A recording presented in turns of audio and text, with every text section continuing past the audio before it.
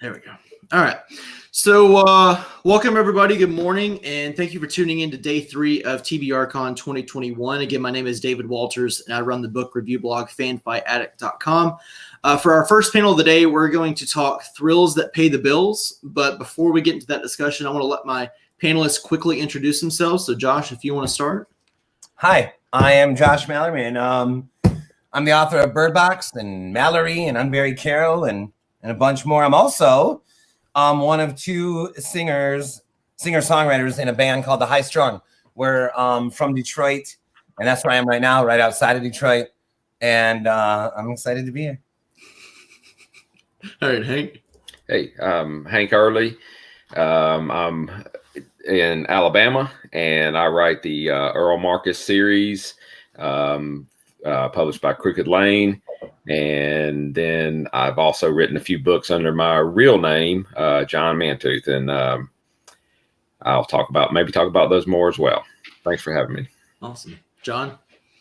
Hi, my name's John Mars. I am in Northampton, which nobody knows in America where on earth that is. So it's about an hour north of London. I guess the book I'm most known for is The One, which comes to Netflix, I think, in a couple of months. And yeah, I've written 8 books, and I've just started my 9th, which is not due out until next year.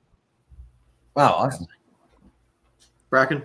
Hi, I'm Bracken MacLeod. I'm the author of a few books, Stranded, being the last big one from Tor, and a book called 13 Views of the Suicide Woods, which is a collection of short stories, Come to Dust, that sort of thing. I've got a new one coming out from Houghton Mifflin in July. Awesome. And I'm outside of Boston. Awesome. Hello, I'm Emily Carpenter. I am in Atlanta, Georgia. I am the author of 5 books, including my most recent one, Reviving the Hawthorne Sisters. Fantastic. And we'll talk a little bit about CJ Tudor here a little bit later. She wasn't able to join today just with some personal stuff. So we wish her well, but I'll talk about her books a little bit later in the chat. And also, as with every other day, while this is a free convention, we do have 3 amazing charities we're raising donations for. Shelter, No Kid Hungry, and World Wildlife Fund. There are links provided below, and you can also go to fanfightaddict.com and click on the TBRcon21 link at the top of the page. And any and all donations that you guys want to provide would be fantastic. So, but since all of y'all write completely different novels, I'm sure we're going to have some very interesting answers to some of these discussion questions. But first off, just a general discussion. Why thrillers and/or horror? Sometimes they kind of go hand in hand, but why not something sweet like children's books or a nice space opera or fantasy or literary? Why thriller? What really got you into thriller? And Bracken, actually want to start with you. Oh, all right. It's funny because I think of myself as an accidental thriller writer, because when I started, I wanted to write literary novels, and so the very first book I ever wrote was this sort of literary coming of age novel, and it ended up being such a giant mess. It's a trunk novel for sure, and I decided that one was such a slog, I would try something different, and so I went in a completely different direction, did the opposite of what I had done. It was sort of the George Costanza model of publishing: do the opposite of what all of my instincts are. Right, and write the book. And it turned out to be my first novel, Mountain Home, which was really well received, and it's a siege thriller set in a diner, and that kind of launched me into that thing. I've always loved reading thrillers, and I didn't know that I could do it until I decided to try something different. Gotcha. Hank? Yeah, I'll sort of echo what Bracken said in terms of I don't think I really set out to be a thriller writer. For me, I've just always been interested in dark stuff. So that's everything I've ever written from the time I started writing short stories has been sort of on the dark side. And I love horror. I love crime. So they ended up, a lot of times people classify my stuff as thrillers. But as far as, the typical kind of thriller plot, that's probably not where my books go. They're probably a more atypical in terms of like the plotted out thrillers or well plotted out thrillers. So. Gotcha. John? A few people have asked me this over the years. I don't know why. I just think I like reading thrillers. I love a psychological thriller. I like trying to guess the ending. I get really peed off with myself if I do guess the ending, but I'm also really unhappy if I don't guess the ending. So I think they're just an interesting genre, and like Hank said, you could get really dark with them. My friends used to kind of take the mickey out of me. In all the films I used to like, even as a kid, they always had miserable endings. There was nothing in there that was ever particularly happy. So I just think at heart, I'm just a really miserable, dark soul. What about you, Emily? Yeah, I think partly for me, the biggest influence was growing up in the South and reading like Southern Gothic. And so those kind of elements of Southern Gothic, which they can be mysterious and they can have a little romance, and they're definitely very dark. And I think all of that has kind of influenced what I do. I gotcha. Josh? It's funny, John, when you say you're a miserable dark soul. My experience of hanging out with thriller, crime, and horror writers is that they're always the nicest, sort of most well-adjusted people that I run around with. In my former life as a lawyer, I couldn't stand to be around any of these miserable malcontents. But writers, especially horror writers, I can spend all day with you guys. Yeah. Well, I think it's interesting what Bracken was saying, because I'm hearing that a lot in our generation of writers, the wanting to like setting out to do something literary and ending up more genre. And I don't know if that's genre has moved closer to us or we all moved closer to genre. And I see it like all the time. When I started, I was trying to write, I would say, horror novels, but I was at the time like running through all the classics like Hemingway, Fitzgerald, Virginia Woolf, Faulkner, remember at Barnes & Noble when there was the shelf of like classics, right? Mm-hmm. Right. And they each had their own Barnes & Noble cover, right? Well, that led me to Dracula, right? So I'm going through like all like the classics and I get to Dracula and I had like been reared on horror, but I'd taken a couple years away from it. And so I read Dracula and I was like, oh shit, man, this is like, I forgot you can do both. You can have literary and genre. And like, I was like young then, 21 or something, 22, but it was like a revelation for me. So Dracula really did something for me. But what I'm wondering now is like, is there something about the thriller that's between extreme genre and literary? Because when I finally wrote my first book, I did it by trying to write two at once. All right. Because I kept failing at writing a novel. And all I mean by failing is not finishing. That doesn't matter if it's good or bad. I just didn't finish like 4 of them. So I was like, I'm going to write 2. Because if I stop or, if I get tripped up in this one, I'm going to turn to this one. When I get tripped up in this one, I'm going to go back to this one. And right? I made it like 4 pages into the lofty literary. It was about an artist and he like rears this, whatever, coaches this younger dude into like living free, all this shit. And then the other book was just like a psychosexual horror romp in the woods with this crazy witch. I made it like 4 pages into the lofty one. And I was like, shit, bud, I got a book to turn to now. So I turned to the other one and tore through it. Just exploded. Like 28 days later, I had like a novel done, which actually is right here, which is really bizarre. My brother he printed up a little copy of it for me when I finished it. The real words and everything. And so I wonder, I had a similar thing to Bracken, or at least all the elements were in the room also. All the same elements were in the room. And I've heard recently other horror authors. And then if you think about like Stephen Graham Jones and you think about like all of us, like this modern era, there is like a genre and literary bent, and it somehow is resulting in sort of like not a new genre, but elasticity in genre. Yeah, no, I think there's a lot of middle ground here because Stephen Graham Jones, you mentioned Paul Tremblay, John Langan, all writing, Olivia Llewellyn, all writing really literary genre. Yes. But then well-known literary writers are also writing in genre. Like Cormac McCarthy's The Road is a dystopian sci-fi novel, and Margaret Atwood loves science fiction and dystopia. And so, I don't think that these things necessarily need to be granulated, separate things, right? There's so much ability to play in both sandboxes at once. And I think it's very exciting when you realize that, because when I was 22, 24 trying to write, like, I probably, I'd be like, oh, well, a literary book wouldn't have a monster, It's like, wait, hold on, dude. Hold on. You can do anything you want. And the moment you realize that, it's like the chains are off, man. Yeah, the way you write is kind of the way I read. If I'm reading a book and maybe it's just not quite working for me, I move on to the next one. Then I go, okay, I'm going to give it another shot. And then I go back, and that's probably what happens. Why I end up getting to like 4 or 5 books at a time, because I just kind of, not that I get tired of one, but I'm like, gosh, I really enjoy reading horror right now, but a thriller sounds great, or maybe I could get back into an epic fantasy for a few minutes, but. It's usually like I've got one hardcover, one Kindle, and one audiobook going at different mediums. Yeah.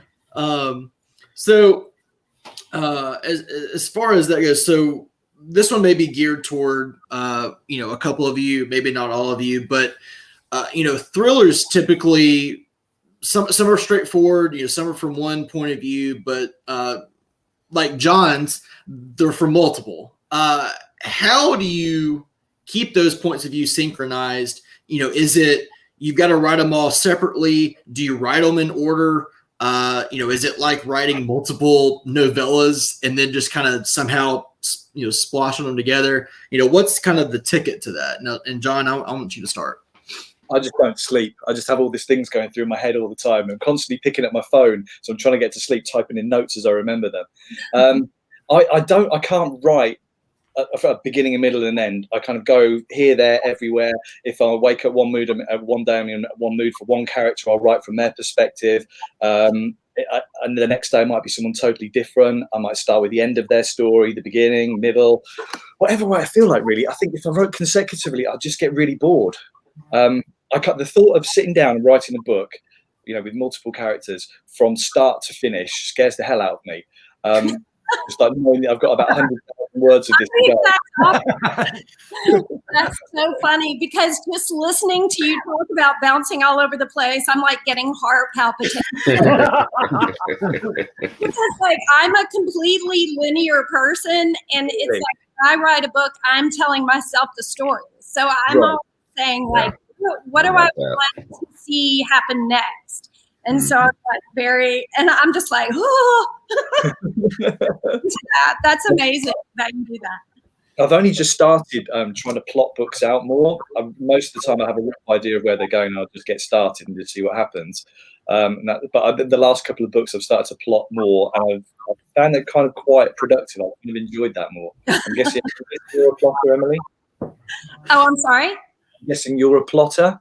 Oh, yeah, I'm a plotter, but I don't go into huge detail. I actually just use like a screenplay diagram with the turning points and the midpoints and the 3 acts, just so I know that like I have a book. But that's it. I just have to go in order. Or I can't imagine like jumping ahead and writing. That's smart. That's really smart. I like how you just said that, just to be sure that I have a book. Like, there have been so many times where I'm like, all right, like there's no ground beneath me anymore. Exactly, because a hook or an idea is not always a book, right? Yeah, definitely. It's funny because I'm the psychopath that works from a long synopsis. So the book I'm writing right now, I'm planning on it being around 100,000 words, and so I've got like a 20-page synopsis of every single beat in the book. Because the interesting part of the discovery part of discovery writing for me is how people react to the problems they're facing, emotional states. And if I'm trying to discover action, I'm not paying attention to emotion. So I gotta have the whole roadmap, where we're going. It's like the Griswold family vacation. Like we're gonna hit Wally World on this day, and then we're gonna go here, and any setback, is not possible in the plan. Yeah, I have to sort of find a sweet spot because I've tried both ways, and I've really worked hard to try to do an outline and to attempt that. But those have every manuscript I've ever written like that has failed. And the manuscripts that I've written completely the other way I just went have failed too. So I've got to be somewhere in the middle, maybe like what Emily said, although not that organized. I'm not talking about midpoints, and obviously need to see the beginning, and I need to see where it's going, like sort of a final image or scene in my head, and then I can enjoy filling in the blanks. Because if I don't enjoy what I'm doing, and I don't enjoy writing from an outline at all, then it's going to fail because I'm going to get frustrated. It kind of, an outline can feel, especially to like a lo-fi Maverick, an outline can feel like a really skinny book. So I'm like, I'll write the outline, and then I'm like, well, I'm done with that book. Yeah. Let's write the next one. See, I use it like a stick and a carrot. Because all the connective tissue, all the sinew in the book is like, oh well, they go here and they talk to this person, they find out this, and we're developing character. But the really exciting thing that I want to write is the chase or the fight or the escape. And so those scenes are the carrot at the end of the stick. Write this boring scene, make it not boring enough so that the reader sticks with it, and then you'll get to write the really fun stuff when you finish that work. Another interesting thing about that is that, like, oftentimes what you thought was the boring scene is everyone's favorite. Like, like Allison's favorite was this one moment these two had in a grocery store, and I'm like, that's the scene you love? That's the giant centerpiece that I worked up to for 3 months? Yeah. I can just imagine the arguments you have in your house. It's like yesterday, one of the guys was on a panel with Graham Austin King. His fiance is partly edits his stuff, and so he said something about editors, and all you heard was her in the background. So question from the viewers. So Holly asks, what has been the most eye-opening things you found when researching for thriller writing? It's funny because I wrote a book called Stranded, which is set on a commercial oil industry ship heading to a drilling platform, and I sold. And when I started this book, I thought it's a great idea. That's going to be a lot of fun. And then I realized I don't know a single thing about maritime shipping, being on boats. I can't even swim, right? And so I had to do a ton of research to make that book work and feel good. And so the one that I followed it up with, which is the one that's coming out next year, it was so much work to write Stranded that I decided I was going to do something completely different. And again, the George Costanza method.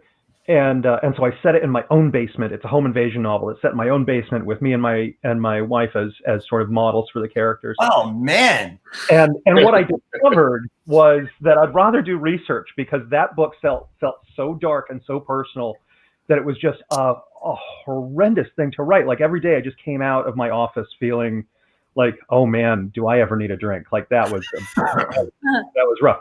So it's funny because when you're doing research, you can discover really cool things, but it's for me, it's kind of like the research kind of gets in the way sometimes. Like I can do it forever. I could just research forever and ever and ever and never write a thing. But so you can sit there on Wikipedia and never get any writing done. Oh yeah, because you just fall in so many rabbit holes. Yeah, Bracken, that sounds awesome, man. I can't wait to read that book. Oh, I'm excited for it. I think it's a lot of fun. It was hard to write. But what they don't tell you before you're published is that you're going to read your own books like 1 billion times, because the editor is going to send you their notes, and then the line editor, and and then we've got first pages. So I've read this book about 10 times now. I'm absolutely sick of it, but I love it.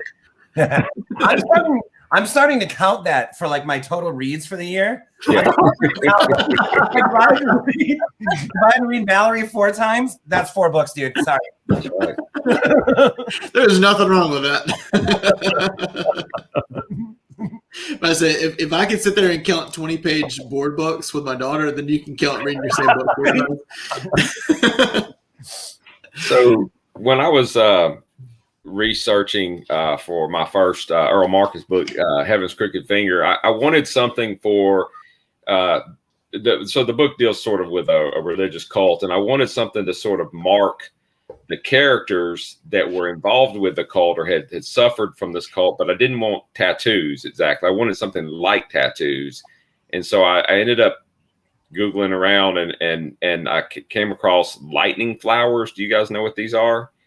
They're basically like when someone's struck by lightning, sometimes they'll have these formations on their skin that sort of look like branching trees or flowers or plants. Wow. Almost looks like actual lightning on their skin, like forks of lightning. And so I ended up using that and sort of making that a large part of the book. But that was just sort of an example of something that worked out well for me in research, because I think that's really cool. It worked so well they integrated it into your cover. Yeah, true. Yeah, that's true. Yeah, the lightning became a huge part of the book. But Google that sometime, lightning flowers, and look at the images. They're really cool. Interesting. Anybody else about research? I've grown to really hate researching, so I kind of farm it over to my husband. Does it now? So and he works for a bank, like in data privacy, so he has nothing to do with books whatsoever. He loves researching stuff, and it's fantastic. It's just like he'll come back with reams of notes. I'll be like, just condense this to a couple of paragraphs. I've got a really short attention span, and he'll be like, done. Okay, I'm going to use that, and then I'll find out a little bit more about it. I think it's just because I've spent so much time researching things in the past that you just end up down these internet rabbit holes, and before you know it, you get an entire day has gone. And there's one thing that did come out really useful. It's really horrible, but I'm going to bring it up anyway. About something called coffin birth, which I'd never heard of before. But it's whereby if a pregnant woman, not all the time, it's quite rare, but if a pregnant woman is murdered, which is what happened in one of my books, The One, her body eventually expelled the baby after her death due to the natural breaking down of everything and stuff. I warned you. And I ended up using that, and it became a massive turning point for my character in this book.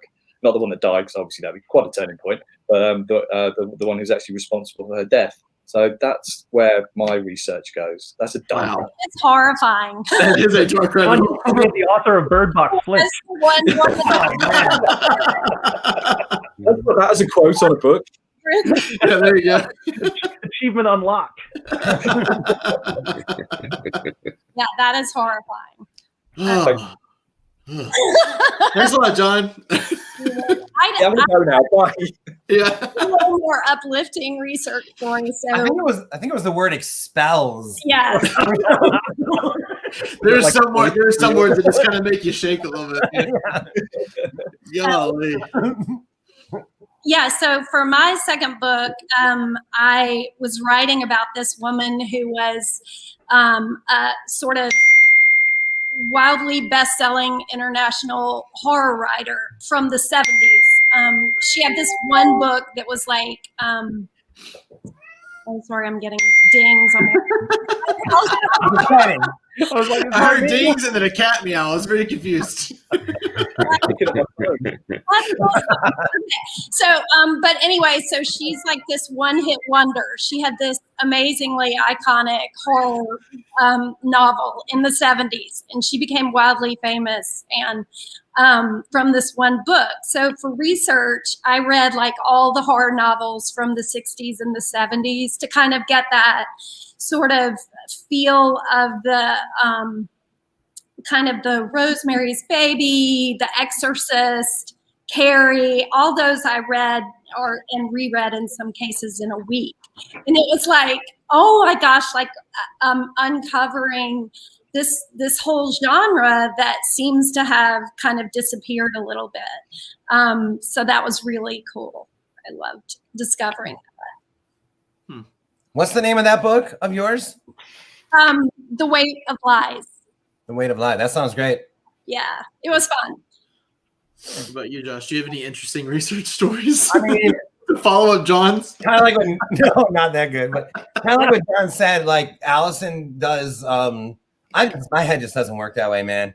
And she'll even be like, whatever happened to the book about like the brain surgeon? I'm like, yeah, well, he's a writer now. Josh, come on, you're not like, go to med school. You can like learn a few words. I'm like, nah, no, I didn't feel like researching that. He's in a band now.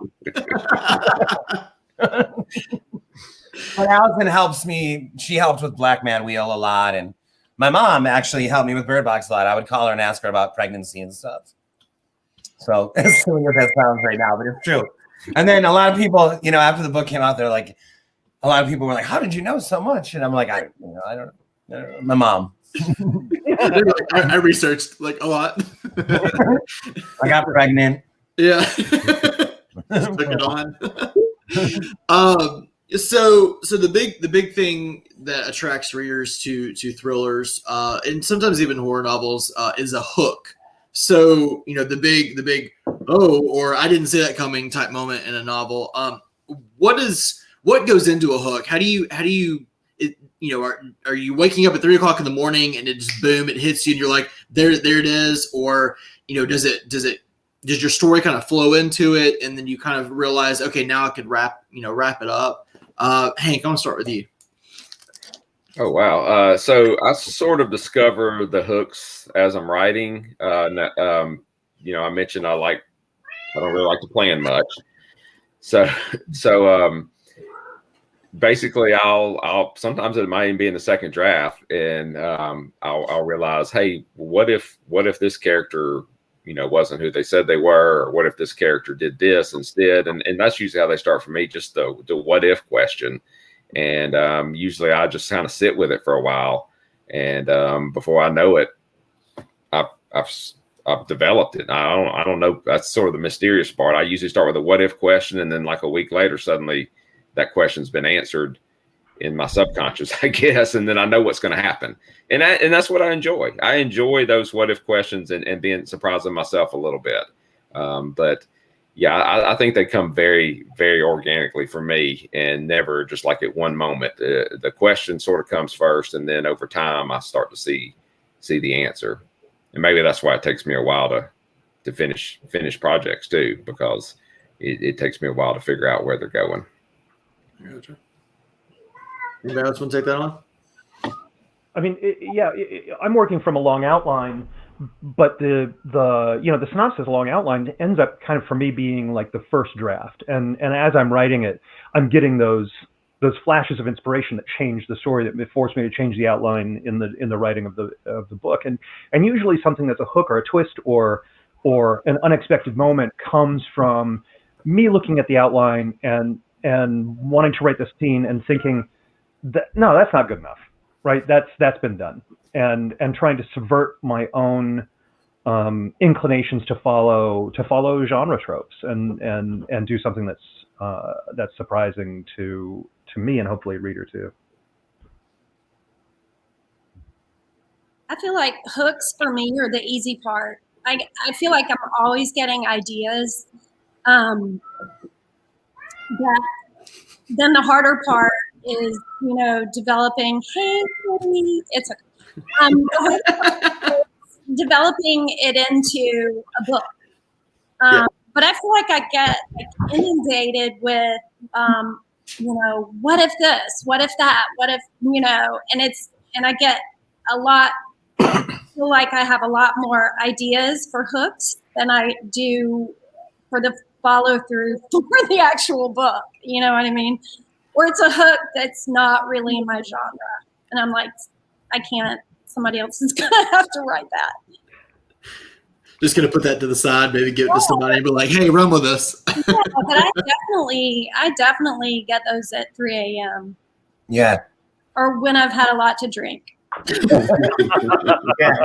See, I was going to ask about 3 a.m. because we had a horror panel yesterday, and that is a, Andy Davidson was talking about it. It's kind of like a witching hour almost, that if you're awake at that moment in time, your brain does something where everything just kind of hits it at a moment, and it's almost like insomnia, and you can't go back to sleep, and so your mind's just running through everything for that day. And I feel like that's sometimes where where my ideas come in. And I'm kind of the same with you. I've got, all these hooks written down or all these ideas, and I haven't gotten to the stage where I know how to wrap it in a bow.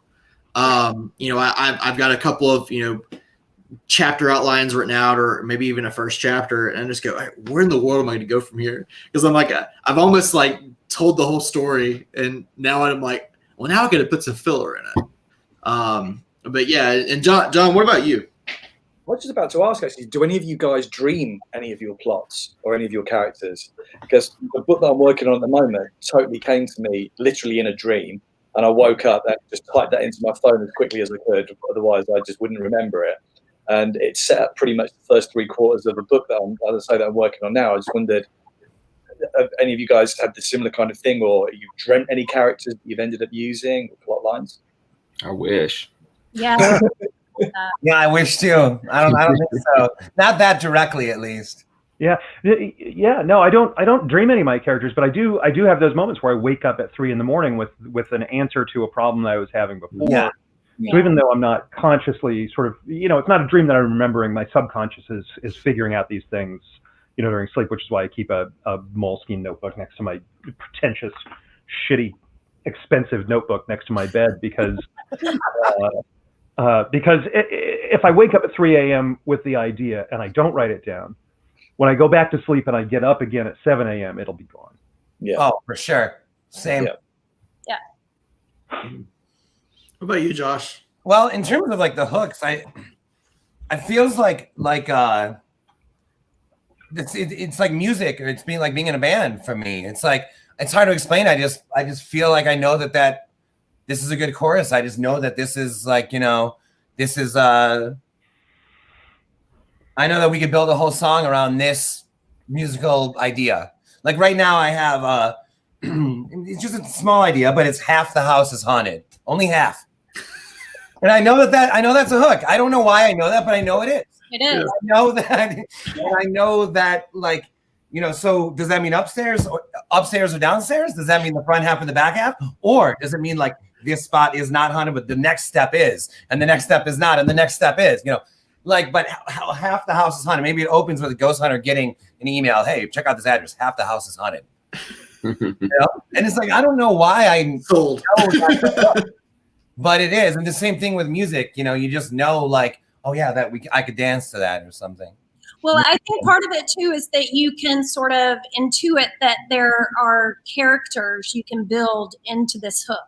Characters that that you could write, or that somehow you have a connection with, and that it kind of can all build from that. That it's not just a great idea, but it's this whole full, rich playground for you. Well, that's interesting, Emily. That's super interesting, because it's like, it's not just a good idea; it's a good idea for you. Yes, exactly. Yeah, and I don't think I've ever really looked at it that way before, and that's that's super interesting. It's interesting because I focus less on hooks than theme. Like I'm really theme driven, and so when Josh, you're talking about this hook of half the house being haunted, maybe upstairs, downstairs, my mind immediately goes to class structure. How would you tell Downton Abbey as a haunted house novel, right? Where part of the house is an entirely different sort of social strata than another because of divisions between living and unliving, and so that's where I would have taken that idea and run, was that it would be the theme of class strife.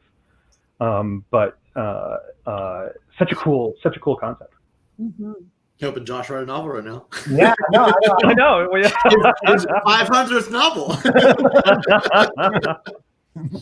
But I was thinking the basement would be the only safe place, because whenever you think of a horror novel, the basement's the last place you want to go. It's a question from the audience. Do you think pacing is particularly important for writing thrillers, and how do you make sure your pacing is right? Get a really good editor. Yeah, no kidding, right? No kidding. I wouldn't have known that until experiencing that myself, for sure. The rough draft of Bird Box was twice as long as what eventually came out. The pace doesn't even resemble, well, I mean, it kind of does. It would be like the band was playing a good song poorly, and then the editor was like, no, here, now I'm going to get you guys in shape. Yeah, for sure. Do you engineer? That's the biggest thing that I've discovered with a thriller is the pacing. And I don't think I would have really noticed that on my own before starting to write. Is that like okay, let's take Bird Box because I can relate to it, I guess. Is that I thought for sure, and I still look at it that way, that I was writing just a horror novel. There's these monsters and I can't look at them and all, okay. But then when HarperCollins picked it up, and I understand there's an advantage to shopping something or selling it as a thriller. I understand. But they were, all of a sudden everyone's talking about this book like it's a thriller. And I'm like, thriller? Like I'm thinking of like Robert Ludlum and stuff. I'm like, this isn't a thriller, dude, you know? This isn't like Air Force One or whatever, you know? and then I started to understand like, oh, it's the clock in this book. It's that she's got to get from here to there. It's the rhythm behind it, through the whole book. And so that beat behind a novel, and I feel like I'm always writing to a drummer, which can be dangerous because if the drummer was playing jazz during the rough draft, which seems like often is the case, you come back and you're like, the fuck is this? But I think that thing, almost any genre, it can be draped with any genre, that beat. So that way, thriller is pretty varied, or can be varied. It's anything with that ticking clock to it. You know, it's tough because thriller ends up being sort of a catch-all, a commercial catch-all. There are people who are writing horror novels, straight up horror novels that are marketed as thrillers, because the industry is often a little gun shy about horror novels because there are so many people out there who are like, oh, I don't read horror. I love Stephen King, but I don't read horror. And you know, it's this sort of permeability between literary and genre, and that so much of you know, sort of what's published as a thriller is really a horror novel, or it's really something else, but this is the really marketable term. And so it's kind of, they're really good helping, those terms are really good helping readers find books they want to read. But as a writer, I find them, you know, really limiting. I mean, I don't necessarily like to think of myself as a thriller writer or a horror writer or whatever, but this is the category that my agent and my publishers put me in, because it's the one that helps readers find my work. To answer the question that was asked, pacing is the most important thing in a thriller, right? I mean, there's character, you have to care about someone's failure or success, right? If I can't engage with a character in a book and care whether or not they live or die or get what they want or fail, then I'm not going to finish that book. But that for me is the thing that grabs you, and then it's the pacing that runs along, like how much reward is there, or how much, you know, frustration is there in watching these people try to achieve their goals and fall short. And if it's sort of dragging along, it's going to lose me. Have y'all found that? I have found that it's almost as if thriller writers or suspense or mystery that we are being asked to pace our chapters and kind of the beats faster and faster and faster. Like even within like the last 5 years, I feel like there's more of this expectation to just like jump into the wild river and like let your characters be swept. No offense with the Bird Box. but yeah, it just feels like there's a lot of pressure to go faster and faster. I know, and I don't relate to any of that stuff. I feel like maybe I'm wrong, but I feel like none of us fully relate to what you're saying right now. I just like it's almost shocking to let it breathe. Like anytime I see like it's a slow burn. Anytime I see that, I'm like, "Ooh, what's that one?" Me too. Yeah. To me, pacing has moments where it has to breathe and has to slow down, and it's not just action. I don't usually enjoy books like that, but I will say that I'm so much a writer who does breathe and take time, that one of the things that has helped me is having a good friend who reads for me a lot. He's a young adult writer, Kurt Dinan. He's constantly, every time he reads for me, he would say, I need something to happen soon. I need something to happen soon. And for a while in my mind, I would say something is happening. But I started to realize that he needed something interesting to happen soon. And now whenever I write, that voice is in my head. He doesn't even we don't read each other's stuff much anymore. We're too busy, but his voice is always in my head. I need something to happen soon. And that has helped me kind of keep up with what Emily's talking about, because I'm definitely a let it breathe, enjoy the moment, the scene kind of writer. But I try to also keep the audience and the editors in mind too, and keep things interesting and moving and something happening. Yeah, one of my favorite books the last 10 years was Wolf in White Van by John Darnielle, another singer writer. Yeah. Right. And I think it's the Mountain Goats, right? He sings for the Mountain Goats. Yeah. He's a beautiful writer, and the pacing in that book is so amazing, but it's not an action book. It's this really slow burn, deliberate story about a broken person and their experiences with sort of remote role-playing gaming and his life in isolation. But it's paced so perfectly, because every time you're starting to feel a little hungry for more explanation or more understanding of who this person is and why they are the way they are, he gives it to you. And it's just, like I said, there's not a car chase, there's not an explosion, there's not a single fist fight in it, but it's a perfectly paced novel, and it just had me like, it just, I've read it 3 times. And what was the title of that again? The title of that book is called Wolf in White Van. It's by John Darnielle, who's the lead singer for the Mountain Goats, and it's an amazing book. John, any thoughts? I'm fortunate. I get to write for 2 different publishers over here. So for Thomas and Mercer, I get to write psychological fiction, and for Penguin, I get to write psychological fiction. They call it over here, I don't know what they call it over there, but like with a sci-fi twist. So kind of slightly futuristic, 5 minutes in the future style things. So for the straightforward psychological thrillers, I kind of go for a more slow burn approach and gradually build up. And then there comes a point where you hit the reader with something, and from then on, you kind of just going towards the end and hopefully kind of quite a much more rapid rate. But for the psychological thrillers, I kind of, with the sci-fi twist, I kind of try and go for a lot of twists in your face, get going straight away, and just keep going. And I'm really lucky that my kind of readers have stuck with me through both genres, because it would be very easy, I think, for someone who likes one to just not explore the other one whatsoever. But I've been really fortunate so far with that. Gotcha. That's the ideal career, right? Is the one like Joe Lansdale, where Joe writes a book and it's a Western this time, and everybody's with him because he's Joe.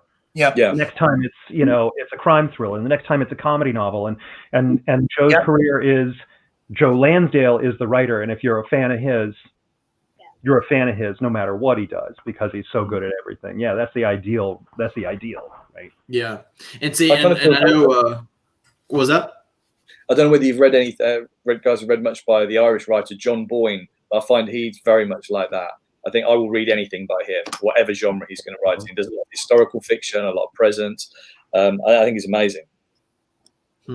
See, y'all had mentioned Stephen Graham Jones earlier, and I feel like he's started to kind of become that for me. It's pretty much anything he releases, like I'm automatically on top of it. I mean, The Only Good Indians is probably the best novel I've read in the past couple of years, and I just got his My Heart Is a Chainsaw, and I'm like, oh my gosh, like it's automatic. Moves to the top no matter what I'm reading at the moment, and they're always different, and I feel like he's another one of those types. I mean, he wrote a werewolf novel a couple years ago, and then it was followed up by The Only Good Indians, and then he wrote a novella that was a slasher. It was a nod to the '80s slash films, and then now this one, I'm just not gonna spoil it, but it's really good so far. So but going back to the whole, everybody's wanting it faster and faster and faster. I think that's just kind of the way, I mean, at least in the States, is everybody just wants everything immediately.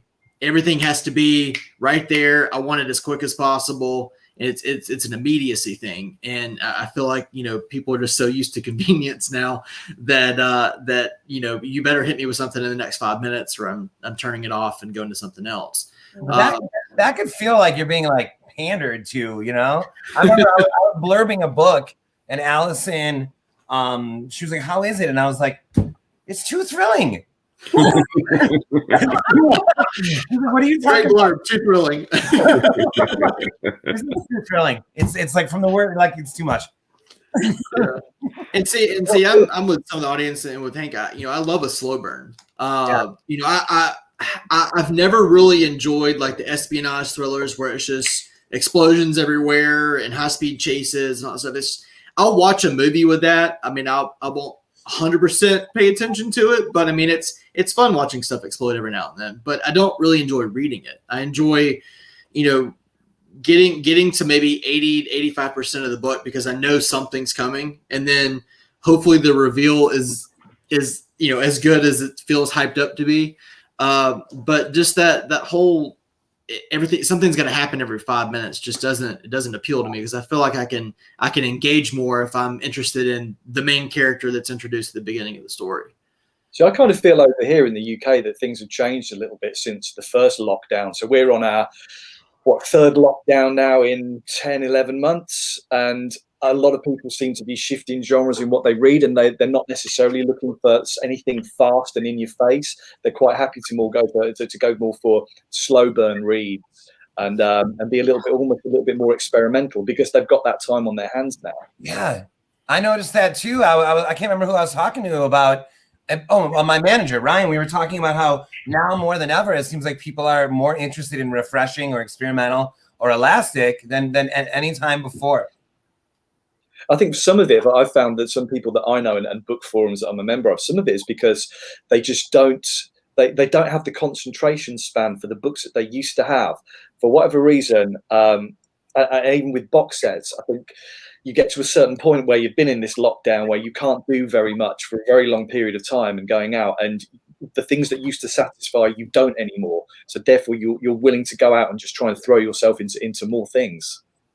Yeah, interesting. Wow. It's funny because I think it might be cyclical too. Like when you think about it, when James M. Cain was writing The Postman Always Rings Twice, right? That book today wouldn't be marketed as a novel. It'd be a novella because it's so short and so direct, and it just sort of drives, right? Right now, I'm rereading The Exorcist. Emily, you mentioned it earlier. I'm rereading The Exorcist for a panel I'm going to be on in a couple of weeks. And this book is so deliberately paced and so slow paced and so full of characters trying to talk through their ideas instead of act, right, on their impulses. And I'm not sure that you could publish The Exorcist like that at this exact moment. Yeah. Maybe in another 20 years we'll see another ship where it comes around, or maybe even just now, John, like you're saying in England, readers are going to want something that's more deliberate and thoughtful and internal than external. But I mean, in the 40s, let's go. In the 60s, relax a little, and now we're back here with all my books start in media res because that's what my editors like is the first page is the gunshot. Yeah. Right. Yeah. Interesting. So I'm sure all of y'all, on top of being writers, are also avid readers. So what are some books in your genres over the years that have left their mark? So obviously we have Wolf and the White Van, but what are some others that you kind of keep coming back to, or just are always kind of sitting back there going, if I'm going to recommend a book, it's going to be that one.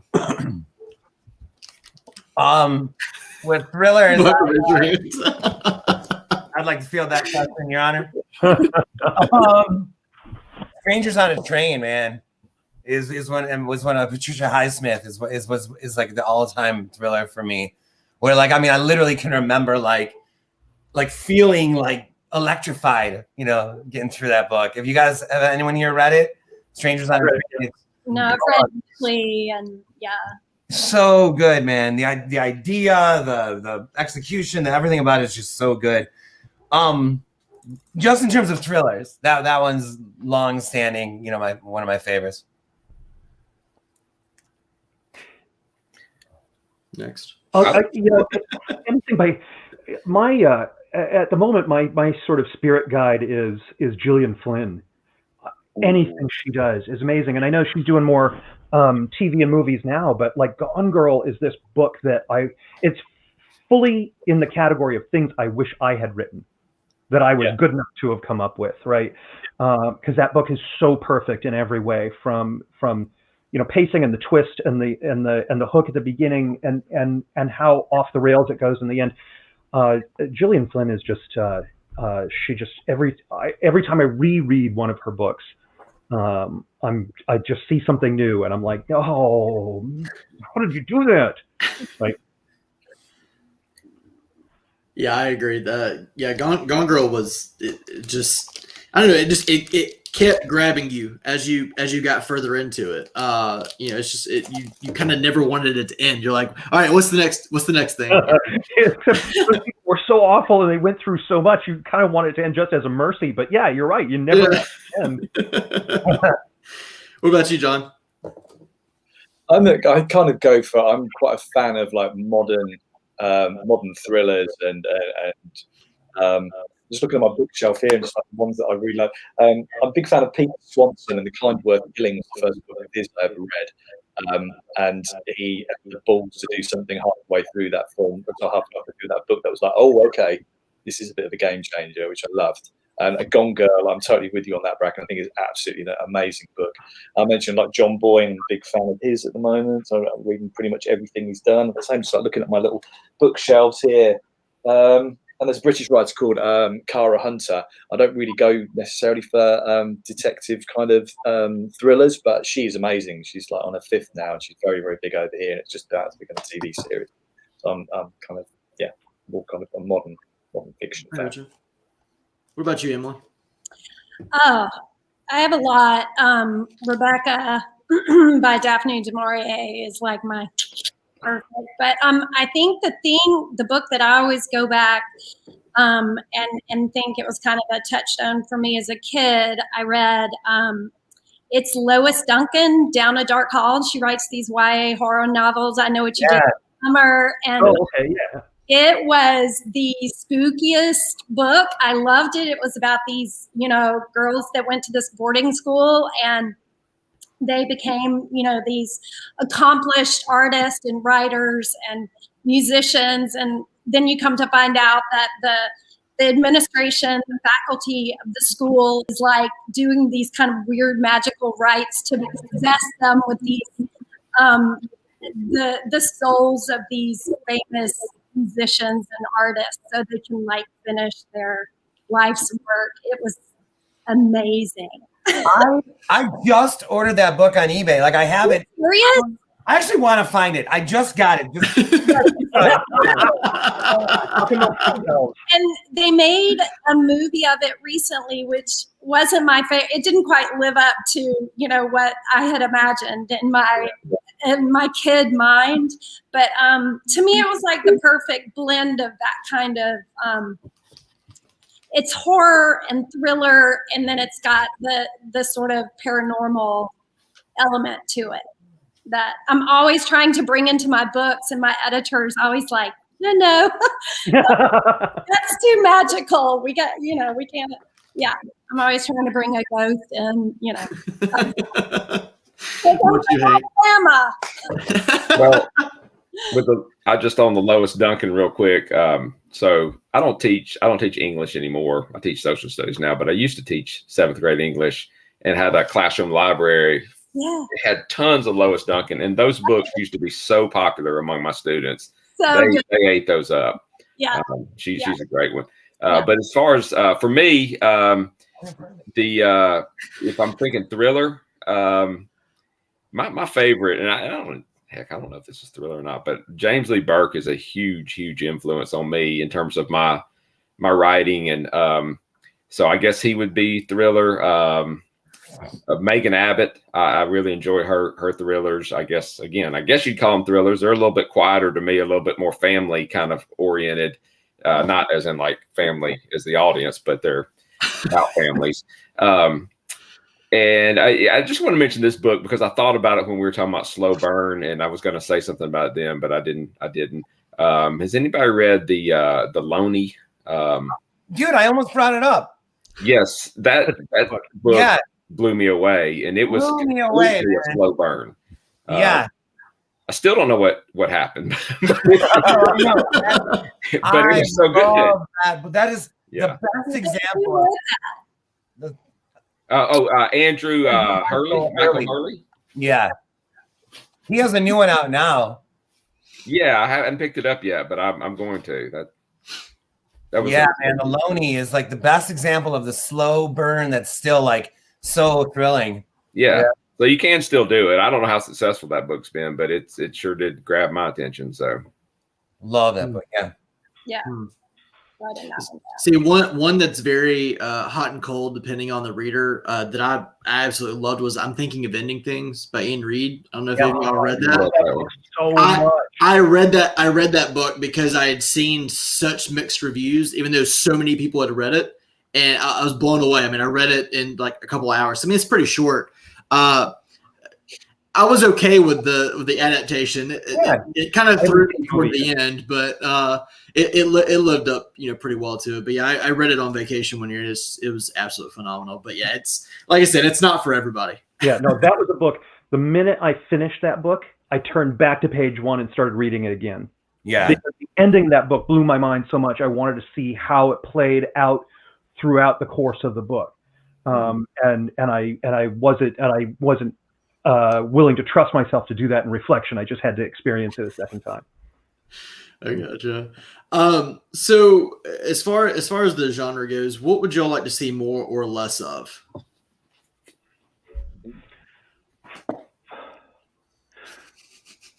We're stumping people. It's so much fun. It's such an interesting question because people's there's such a wide range of reader, and so kind of what I want to see more of is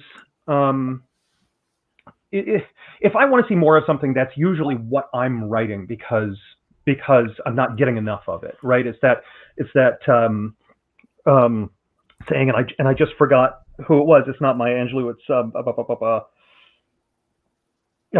I'll think of it. Anyways, if you're looking for a book and you can't find it, that's the one you have to write, right? And so what I want to see more of is people, sort of writing outside of expectation, or writing that thing that they've always wanted to read but isn't there. And that's not something that you can define, right? That's something that you as an individual, you go, it's been like the new book I've got coming out. It's been decades, or well, not decades, because Paul did it last year. He scooped me, but Paul Tremblay. But it's been a long time since I've seen a really, really good home invasion novel. I want to read that, and so that's where I went. And so I want to see more of people doing that thing that they want to read. And I know that's tricky because it's an industry and it's a business, and publishers like comfort and familiarity and proven sales, right? But that's kind of where I'm at. I'm with you, man. I want to see like subverting expectations and just elasticity in the in any genre, really, to be honest. And that includes like, again, it comes back to like a thriller can be draped in anything. Anything can be a thriller depending on the drummer that you put behind it. So I personally though would like to see a little less of the like have to hit the ground running 2-page chapter. Like I was like a little like all right. This is too thrilling. I'm telling you, you're gonna have that blurb on so many books. Too thrilling. We want viewer thrill, is what you're saying. That's right. Josh Malerman says it's a thriller from page 1. Yeah. Yeah, I mean, I think to see more genre mashups and just blurring some lines, because that always excites me. When I feel like I mean, I know we're supposed to be able to, pitch our own books and whatever elevator pitch they say, but I love it when you can't really describe what a book is. It's it's so many different things, and it's so unusual that when you're trying to describe it to someone, you can't. You're like, it's hard to. It's I just think that to me is the kind of book I want to read. Yeah, I think that's perfectly put. I want to read those books too that are difficult to say what it's about. I mean, it's great to have the one sentence blurb or whatever that sums up your book, but I want a book that goes well beyond that, and it gets a little more complicated, but still entertaining. So yeah. If there was one thing I wanted to see less of, I wanted to see less of things that get described as a comparative in movie language. Like it's the Lord of the Rings meets Star Wars. Like, I don't care. I've seen both of those. I want your story. I don't want to see the Wizard of Oz meets fried green tomatoes. Like, it doesn't. That's what I might read. Somebody's gonna write that now. Yeah, I know. Right? Don't sell your book to me in cinematic terms. Yeah. Right. You say that though, but do you know how many books that sells? Oh, yeah. Because people go, oh, I really like Game of Thrones. I'm going to read that. Yeah, but it's a common language that we all speak, and it just kind of frustrates me because I think we could do better. But it's a business, right? And if that's what sells books, that's what sells books. So what is your book like? It's like nothing you've read before. That's how that is a tough sell. You're right. I take it back. I kind of get sick to death of seeing books online described as with a twist you'll never see coming or anything like that. A lot of those on Amazon and the Amazon blurbs, the title of it, and then with a killer twist. I'm like, okay, well, straight away you're looking for that twist, and you're probably going to find it. Right. I hate things like that. I think a couple of my books there are having that in there, but unfortunately, as we all know, it's not our decision as the publishers. Unfortunately, yeah. Now, Josh, you may be able to answer this one a little bit better, and Hank and Emily may be able to answer it as well. But are there any indie or small press thriller community or in the thriller community that are publishing beyond the boundaries? I think maybe one for me would be like Silver Shamrock. I know they do more horror than they do thrillers, but they do have a couple of thrillers like Tim Meyer's Dead Daughters. I'd put it in the thriller category. It's kind of a smaller press. But Hank, I know, like maybe Crooked Lane is a little bit smaller, maybe not quite as well known. Yeah, I know I think it's still considered independent, Crooked Lane, and I think they do a pretty good job of publishing some different stuff. I know some of their stuff. They're technically a crime mystery publisher, but I think they've been publishing a lot more stuff that edges into horror and kind of blurs those boundaries, which I really like. Flame Tree is pretty awesome, and they really present it awesome too. They had a sale-ish recently, and I got like a gazillion Jonathan Jan's books, and I cannot believe this one. I freaking love this guy. But Flame Tree is a great one for sure. I mean, they do beautiful books. Yeah. I bought a bunch on that same sale. You can't beat $4 hardcovers. Yeah. It's funny. I think Word Horde is great at this. They do such interesting things with like Nadia Bulkin and John Langan, and they're publishing really daring work that's kind of hard to sell to a major because it's not, The Matrix meets Driving Miss Daisy. Still doing this. Right, The Matrix meets what? I missed that one. Driving Miss Daisy. I love how you can say it with a straight face. Oh, man. On here, man. But I think Word Horde does some really great work, and that's the fun part of small press is that you can take chances in small press because they're not leveraging the entire company on the success of this one thing, so they can try it and see if it works. If it works, great, and if it doesn't work, it doesn't bankrupt. Right. and so the people there have the freedom, they have the privilege to be daring and take chances that not everybody necessarily has. Yeah, and I know that really works a lot for like weird fiction too, because you see a lot of maybe cosmic horror and weird fiction kind of come out of smaller presses, but that do well because they have readership. But Josh, I know you usually release at least maybe a novella or a novel with maybe a smaller press just about every year, right?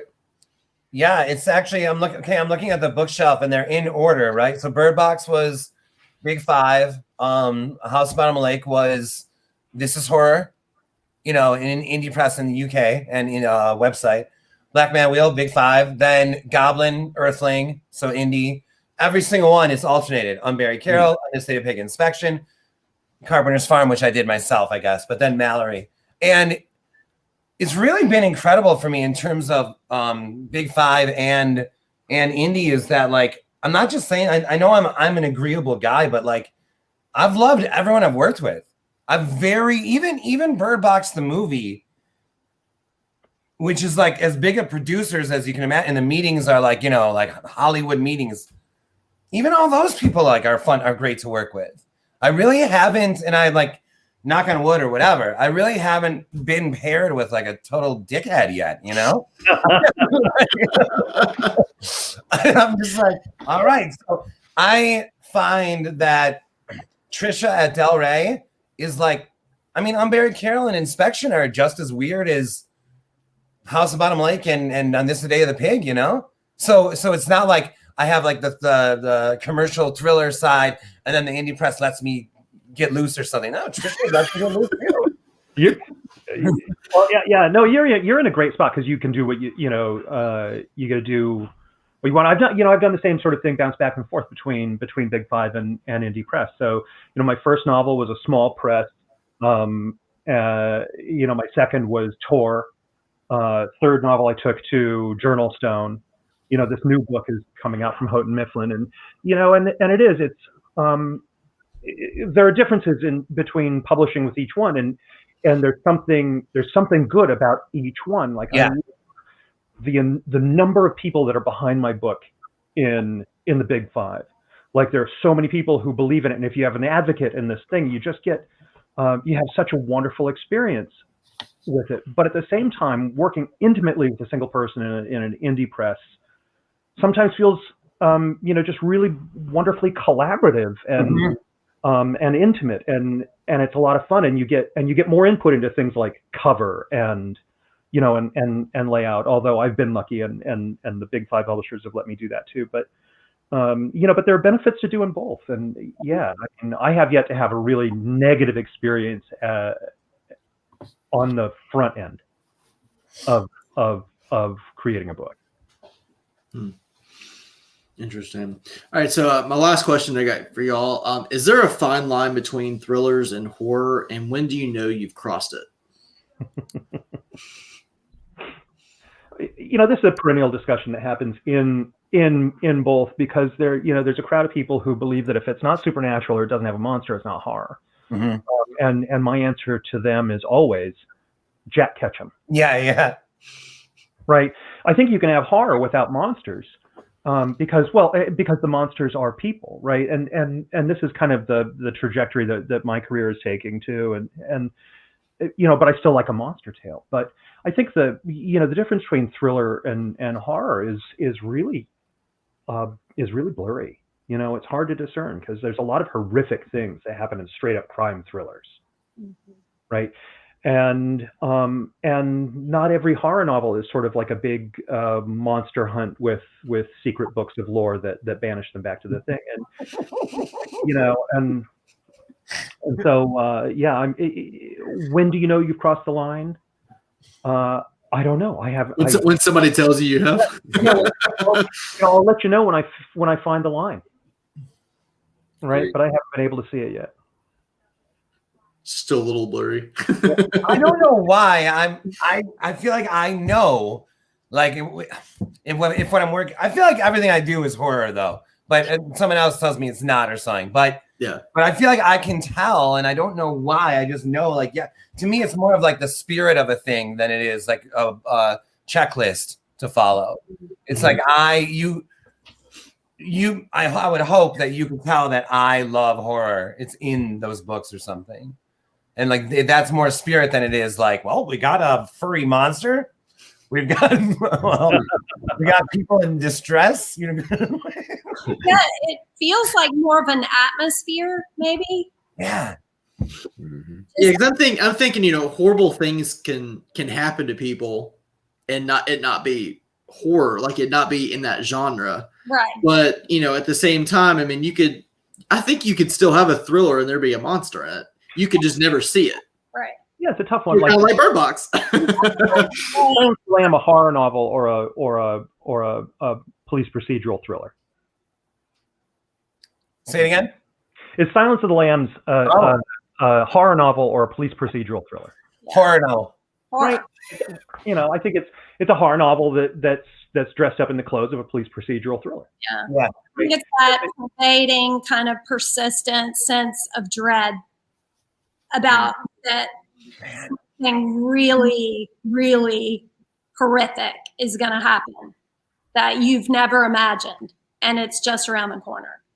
Mm-hmm. Yeah. And you don't feel that way in a thriller book. You just want the twists and the turns and the action, and yeah, I like that. It's very atmospheric almost.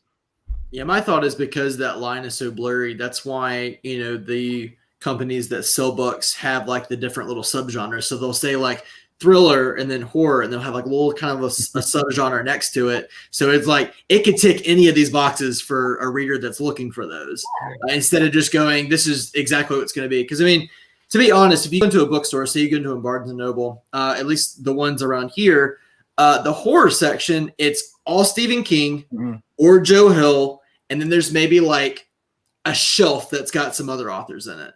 And I go, well, I know I'm not going to go to Barnes & Noble to get my horror novels because there's nothing there. I mean, I've already got all the Stephen King novels, and if there's a new one comes out, I order it. So an unfortunate element of, I think, brick and mortar bookstores these days is, because the same thing happens. You go into the sci-fi section of the bookstore, and it's all George R.R. Martin, right, and J.R.R. Tolkien, right, and there are so many great authors that are working in this, in these genres that deserve shelf space, but Barnes & Noble keeps the lights on. mm-hmm. Stephen King keeps the lights on. Right. And the same thing is true of big five publishers. Tentpole authors are what enable smaller, lesser known writers like me to even be able to write a book. If Stephen King's a bestseller, that means that publisher has enough money to take a chance on somebody like me. Yeah. Right, just a little visitor pops in. Hey, right? You want to go in and see your book on the shelf and see it stay there. Right. Stay there. That's the thing, isn't it? Yeah. Right. But I wanted to point out something real fast. I was just thinking, like, a lot of things in this thriller horror discussion, a lot of things work for horror, but not for thriller necessarily. Like, because you could have that beat or whatever, and maybe a ghost will make it into a thriller. But I don't know if like a creature, a monster really makes it into a thriller. Like Bird Box, I suppose. But like you said, you never even see it. Right. So I don't know. So that's what I'm thinking. Like, Something really with a thriller, it's like the unknown. But at the same time, an unknown can be horrible. Because I mean, we were talking on the horror panel yesterday about fear of the unknown. That's the biggest fear, and it's like, so does it make it horror, or can you just be thrilled by it? Like, what is the line that makes it? So I'm gonna, we're just gonna make it one genre. We're just gonna call it horror thriller and be done. Good shit. Yeah. Oh man, yeah. Because I don't think that question's ever going to be answered. It's just one of those that it really depends on the reader or maybe the writer, but at the same time, it really depends on the publisher, right? Yeah. So, okay. Well, I mean, I'm kind of out of questions. I feel like we've pretty much beaten a dead horse by this point. But I want to give everybody an opportunity. I want to hear about what you got going on right now. Do you have a new release coming out? You have a recent release that you want to talk a little bit about? And then for anybody that's never read you or read anything by you, where's a good starting point? And Josh, we'll start with you. I actually have it right here. This just came out. A house at the bottom of a lake came out like a few days ago. It was released a few years ago, but Del Rey is giving it like a wider release now. I actually feel like this is a great place to start too. So fantastic. That's that one. All right, Hank. Well, I mentioned earlier that I write some under my real name too, which is, how did I do this? John Mantooth. And this just came out in December. It's actually a re-release too. It was originally published in 2012, I think, but it's my collection of short stories. And like Josh, I would say this would be a great place to start with my work as well, even though I also write under Hank Early. If you're interested in the difference, the Hank Early stuff tends to be more crime, but still with horror in there. And then the John Mantu stuff tends to be a little more straightforward horror. What I'm working on now is leaning towards more of the horror. So hopefully it'll be a John Mantooth book. Fantastic. John? My book, The Minders, this is the British cover. I haven't got the American cover yet. Under the kind of psychological thriller with a sci-fi twist, which is always a bit of a mouthful, comes out in the States in February. I've got a series based on my book, The One, which starts on Netflix in around about March time, but I've had nothing to do with it. So I'm quite curious as to see what's going to happen to that. And my next book I've just started writing it, isn't due out until spring next year. So I've got a 16-month-old. I've taken a break to look to help raise him. And so I'm kind of getting back into the world of writing again. So I've gone down from 5-6 days a week down to 3 days a week. So I'm having to try and not disappear down those rabbit holes. I don't have anymore. Congratulations on the baby. I wrote my first novel during nap times. Yeah. I've been reading a lot and listening to a lot during nap times. What about you, Bracken?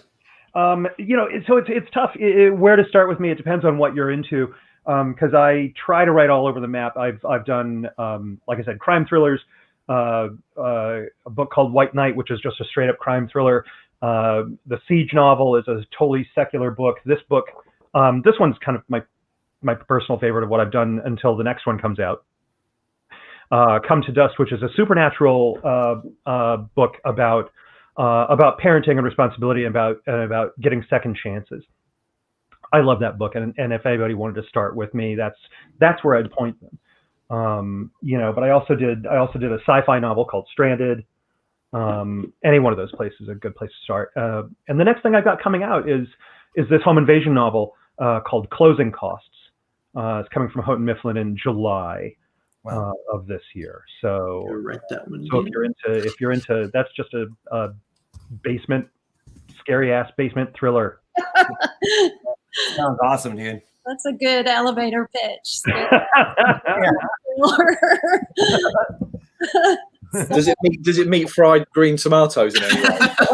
No, if I were to pitch it, it would be Willy Wonka meets Cape Fear.